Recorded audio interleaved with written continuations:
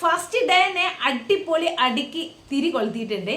നമ്മളെ ഫസ്റ്റത്തെ ഗെയിം എന്താന്ന് എപ്പിസോഡ് കണ്ടവർക്ക് മനസ്സിലാവും, കാണാത്തവർക്ക് വേണ്ടിയിട്ടാണ് ഞാൻ ഈ പറയുന്നത്. എന്താണെന്ന് വെച്ചാൽ ഒരു ഗെയിം നടന്നിട്ടുണ്ടായിരുന്നു. സ്വന്തം പേരിലുള്ള മെഡൽസ് കണ്ണ് കെട്ടിയിട്ട് അവർക്കൊരു സഹായം ഉണ്ടാവും, അമ്മയോ സിസ്റ്ററൊക്കെ ആയിട്ട് ഓരോരുത്തർക്ക് ഓരോരുത്തരുടേതായിട്ടുള്ള സഹായം ഉണ്ടാവും. അവർ പറയുന്ന കമൻറ്റുകൾ മാത്രം കേട്ടിട്ട് മെഡൽ പോയി എടുക്കുക, എന്നിട്ട് ഒരു കളറിൽ കൈ മുക്കിയിട്ട് ബിഗ് ബോസിൻ്റെ സ്ക്രീനിൽ പോയിട്ട് കൈ പതിപ്പിക്കുക. കണ്ണ് കെട്ടിയിട്ടാണ് ഈ ഗെയിം.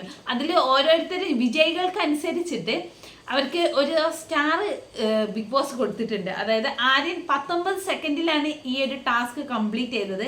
പിന്നെ 29 സെക്കൻഡ് ഷാനവാസ്, നമ്മളെ സീതേൻ്റെ ഷാനവാസ് 29 സെക്കൻഡ്. അപ്പോൾ ഇവർ 3 പേർക്കുമാണ് ഇപ്പോൾ കയ്യിൽ സ്റ്റാർ കിട്ടിയിട്ടുള്ളത്. അപ്പോൾ ഈ സ്റ്റാർ കിട്ടിയവർക്ക് എല്ലാവർക്കും വസ്ത്രങ്ങൾ, അവരെ പെട്ടി കിട്ടിയിട്ടുണ്ട്, അവരെല്ലാ സാധനങ്ങളും അടങ്ങിയിട്ടുള്ള പെട്ടി കിട്ടിയിട്ടുണ്ട്. ബാക്കി ആർക്കും പെട്ടി കിട്ടിയിട്ടില്ല. പെട്ടിയിലൊക്കെ വേസ്റ്റ് മെറ്റീരിയൽസ് ആണ്, പല പല ആവശ്യമില്ലാത്ത എന്തൊക്കെയോ ലൊട്ടിലൊടുക്ക സാധനങ്ങൾ.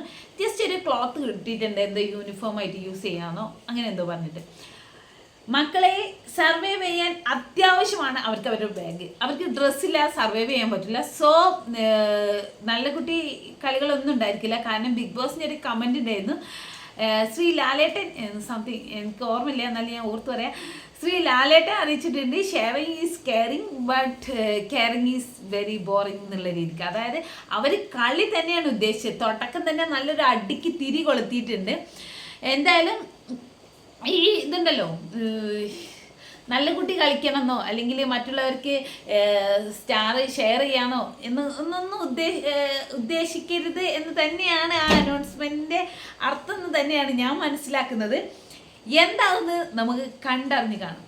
ഈ 3 പേരുടെ ആര്യൻ്റെ കയ്യിലും ബിന്നിൻ്റെ കയ്യിലും ഷാനവാസിൻ്റെ കയ്യിലുമാണ് സ്റ്റാർ ഉള്ളത്. മറ്റുള്ള കണ്ടസ്റ്റൻ്റ് എന്തായാലും അത് തട്ടിയെടുക്കാൻ നോക്കും, കാരണം അവർക്ക് സർവൈവലിന് അത് അത്യാവശ്യമാണ്.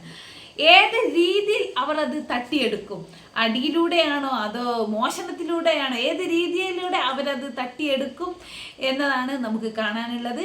എന്തായാലും നല്ല കിടില അടുക്കി തിരി കൊളുത്തിയിട്ട് ലാലേട്ട പോയിട്ടുണ്ട്. നാളത്തെ എപ്പിസോഡിൽ എന്താവുമെന്ന് കാണാം കേട്ടോ.